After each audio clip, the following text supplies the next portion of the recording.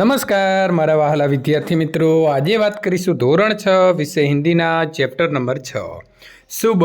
જે મિત્રો પ્રસંગ કથા છે તેનો સંપૂર્ણ ગાલા સ્વાધ્યાય પોથીનું સોલ્યુશન આ વીડિયોની અંદર મેળવીશું।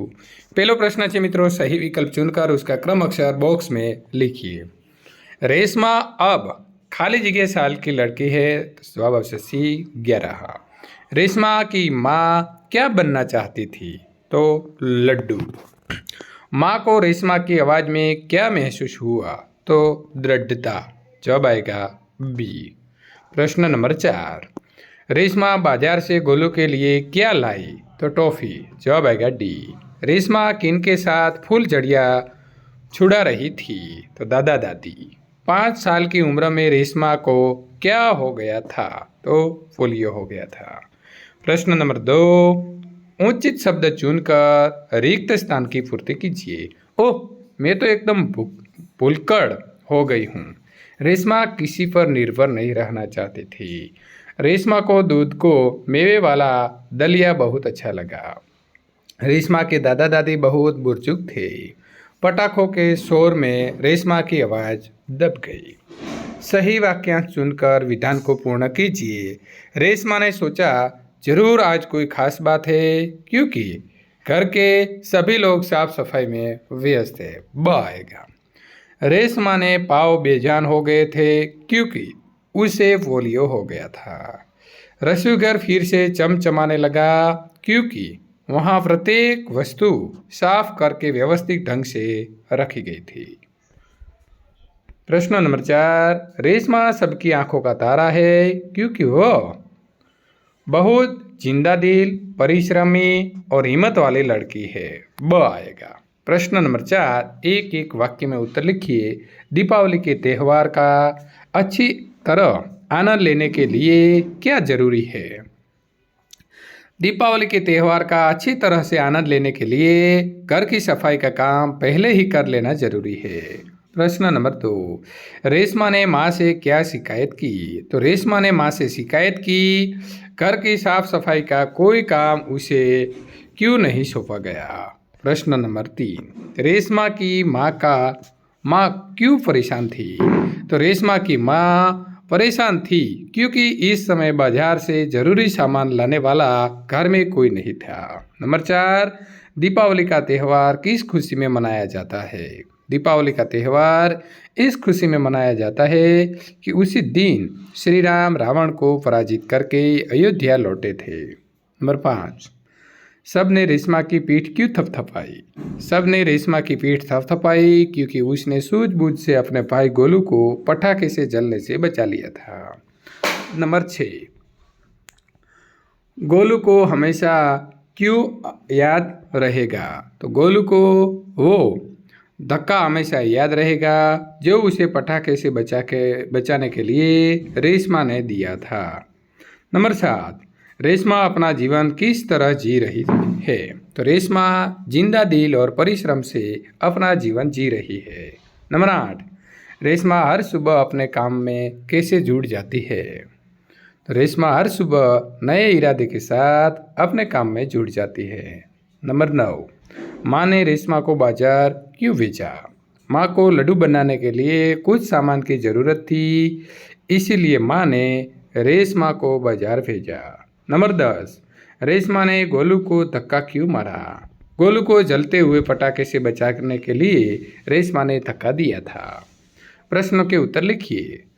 सुबह से घर के सभी लोग सफाई क्यों कर रहे थे? दीपावली का त्यौहार निकट था, त्यौहार से पहले ही सब घरों में साफ सफाई होने लगती है, इसीलिए सुबह से घर के सभी लोग साफ सफाई कर रहे थे। रेशमा को घर सफाई में क्यों नहीं लगाया गया होगा? रेशमा जब 5 वर्ष की थी तब उसे पोलियो हो गया था। उसके दोनों पैर निकम्मे हो गए थे, इसीलिए शारीरिक कमी के कारण उसे घर की सफाई में नहीं लगाया गया होगा। नंबर 3, रेशमा ने अपनी माँ के काम में किस तरह मदद की? अलमारी से बर्तन और डिब्बे उतारकर साफ किए गए थे। रेशमा ने डिब्बों पर लेबल लगाए, फिर वो एक एक बर्तन और डिब्बा माँ को देती गई और माँ ने उन्हें व्यवस्थित ढंग से रखती गई। इस प्रकार पहिएदार कुर्सी पर बैठे बैठे रेशमा ने माँ की मदद की। नंबर 4, रेशमा की जिंदा दिली विषय पर संक्षिप्त में लिखिए। पोलियो के कारण रेशमा के पैर निकम्मे हो गए थे, लेकिन इस शारीरिक कमी का उसके मन में कोई असर नहीं हुआ। वो अपने काम स्वयं करती है, वे अपने काम के लिए किसी पे निर्भर नहीं रहती। घर के कामों में भी माँ का हाथ बटाती है। सचमुच रेशमा एक जिंदा दिल लड़की है। प्रश्न नंबर 6, निम्नलिखित मुहावरे का अर्थ लिखकर उनका वाक्य में प्रयोग कीजिए। आना जान आना तो चेतना आना, ठंडा पानी पिया तब शरीर में जान आई, आंखों का तारा होना, बहुत प्यार होना। राकेश अपनी माँ की आंखों का तारा है। आवाज देना तो बुलाना या तो पुकारना। माँ ने खाने के लिए बच्चों को आवाज दी। हाथ बटाना, काम में मदद करना। दीदी घर के कामों में माँ का हाथ बटाती है। मग्न हो जाना तो तल्लीन हो जाना। मैदान में जाकर हम खेल में मग्न हो गए। पीठ थपथपाना, शाबाशी देना। मुझे इनाम मिलने पर पिताजी ने मेरी पीठ थपथपाई। वाक्य में प्रयोग कीजिए।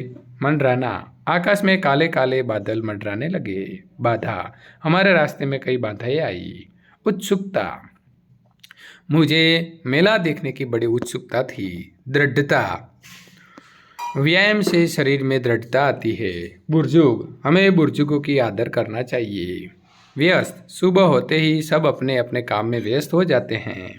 निम्नलिखित वाक्य में से विशेषण छांटिए। आसमान में काले काले बादल छाए हुए हैं तो काले काले। ऊंचे पेड़ पर सुंदर फल लगे हैं तो ऊंचे पेड़। सफ़ेद बकरी हरी घास खा रही है तो सफ़ेद हरी। छोटा बच्चा फिसल गया तो छोटा। कक्षा में 10 लड़कियां बैठी है तो 10। कुत्ता वफादार प्राणी है तो वफादार। निम्नलिखित शब्दों को शब्दकोश के क्रम में लिखिए। मेहनत, भूकंप, सुंदर, मरीज, श्रेष्ठ, निर्दोष, तूफान, अंगूर, आकाश અને લંબી। વિદ્યાર્થી મિત્રો પ્રથમ સ્વર અને ત્યારબાદ વ્યંજન આવશે। તો પ્રથમ અંગૂર, આકાશ, તૂફાન, નિર્દોષ, ભૂકંપ, મરીજ, મહેનત, લંબી, શ્રેષ્ઠ અને સુંદર। વિદ્યાર્થી મિત્રો ત્યાર પછી અહીં આપણને પ્રવૃત્તિઓ 2 આપેલી છે અને આ 2 પ્રવૃત્તિઓ તમારે વિદ્યાर्थी मित्रों जाते करवानी रहશે। पटाखे छुड़ाते समय किन किन बातों का ध्यान रखना चाहिए। चित्र बनावવાનો છે। पहिएदार कुर्सी पर बैठा पोलियोग्रस्त बालक, एक अंधे को सड़क पार कराता हुआ विद्यार्थी, पटाखे न छुड़ाने के प्रति जागरूकता पैदा करने के लिए एक पोस्टर। विद्यार्थी मित्रों संपूर्ण सोल्यूशन पूर्ण थाय छे। जो तमने अमारो विडियो गमे छे तो लाइक करी तमारा मित्रों सुधी शेर करवानुं भूलशो नहीं।